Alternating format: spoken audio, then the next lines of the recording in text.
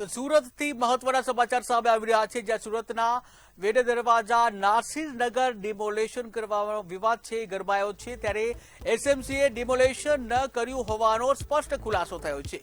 લાઈનદોરી કામગીરી દરમિયાન તોડફોડ થતા સવાલો ઉઠ્યા, ત્યારે પોલીસની બેદરકારીના આક્ષેપ અને તપાસ શરૂ, ત્યારે દોષિતો સામે કડક કાર્યવાહીની ધારાસભ્યની ચેતવણી।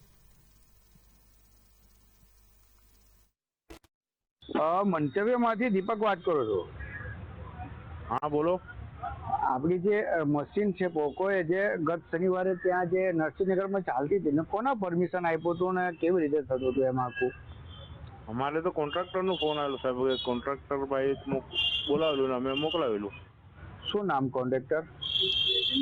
કોન્ટ્રાક્ટર આપણા તેજુભાઈ। તેજુભાઈ એસએમસી થ્રુ છે ભાઈ? હા, એ એસએમસી લેબર કોન્ટ્રાક્ટર છે। અચ્છા, લેબર કોન્ટ્રાક્ટર છે।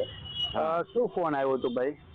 મારે પર ફોન આવ્યો કે ભાઈ કે ત્યાં મશીન અમે ભાડેથી મશીન આપીએ છીએ, તો બોલે મશીન તમારો ખાલી છે? મેં ક્યાં ખાલી છે? બોલે મારે કયો બ્રિજ છે ને?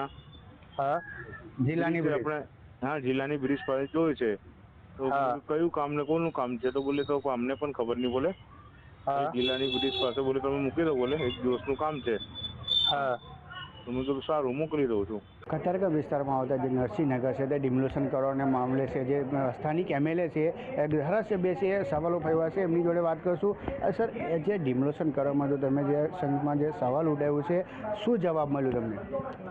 સુરત મહાનગરપાલિકા તરફથી કોઈ કાર્યવાહી કરવામાં નથી આવી। ફક્ત અને ફક્ત સુરત મહાનગરપાલિકા ત્યાં 205 નીચેના રસ્તાનું માપ કરવા માટે ગઈ હતી, બાકી સુરત મહાનગરપાલિકાનું તંત્ર એના કોઈ સાધનો આમાં ઉપયોગમાં લેવામાં નથી આવ્યા। એ પ્રકારનો સુરત મહાનગરપાલિકાના કમિશનર તરફથી મને જવાબ મળ્યો છે।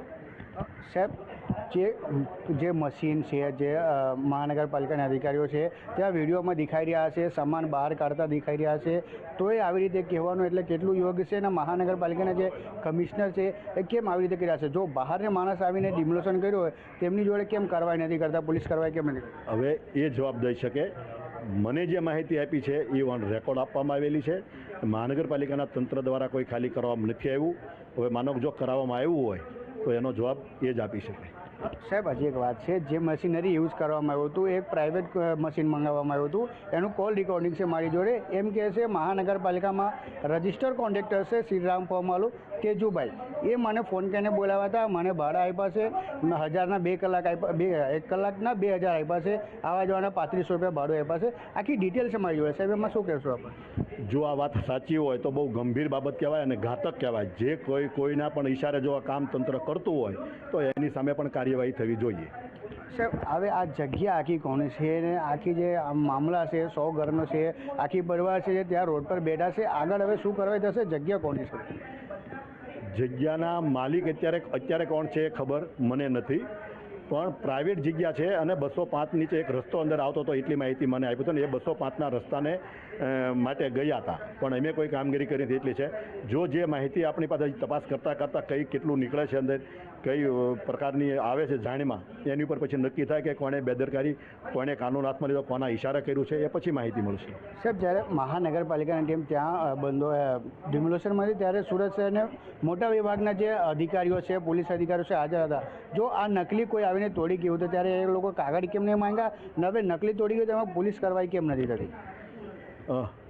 એ થવી જોઈએ, પરંતુ શંકાના દાયરામાં મેં કીધું એમ છે, શંકાના દાયરામાં 100% છે, શંકા જાય છે, પણ પાકી જ્યાં સુધી ડિટેલને પુરાવા સહિત નહીં મળે ત્યાં સુધી અત્યારે હું કાંઈ કહી શકું એવી સ્થિતિ નથી। સાહેબ, મારે દ્વારા જ્યારે કમિશનરને ફોન કરવામાં આવ્યો ત્યારે કીધું હતું કે એ અમારી જગ્યા છે, અમે તોડી દીધું છે, અમે રોડ બનાવશું નહીં બનાવશે, અમારી પ્રોબ્લેમ છે, આનું રેકોર્ડિંગ છે મારી જોડે।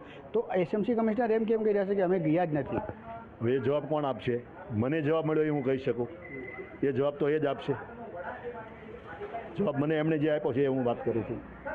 બિલકુલ, આ સ્થાનિક એમએલએ હતા ધારાસભ્ય, જેમને કહેવું છે કે ખાસ કરીને જે જગ્યા છે એનું જે મહાનગરપાલિકા દ્વારા એમ કહેવામાં આવી રહ્યું છે કે અમારા દ્વારા કોઈ આ ડિમોલેશન કરવામાં આવ્યું નથી, આ જે પણ કર્યું હોય એના ઉપર અમે પગલાં લેશું, પણ ક્યારે લેશું? કેમ કે જ્યારે એના મશીનરી વાપરાતી હોય ત્યાં મહાનગરપાલિકાના માણસો હોય તેના જવાબદાર કોણ છે? જ્યારે મહાનગરપાલિકાને કમિશનર એમ કહે રહ્યા છે કે અમારો કોઈ માણસ ત્યાં ગયો નહોતો। કેમેરામેન શોએબ શેખ સાથે દીપક રામન, કેબી ન્યૂઝ, સુરત।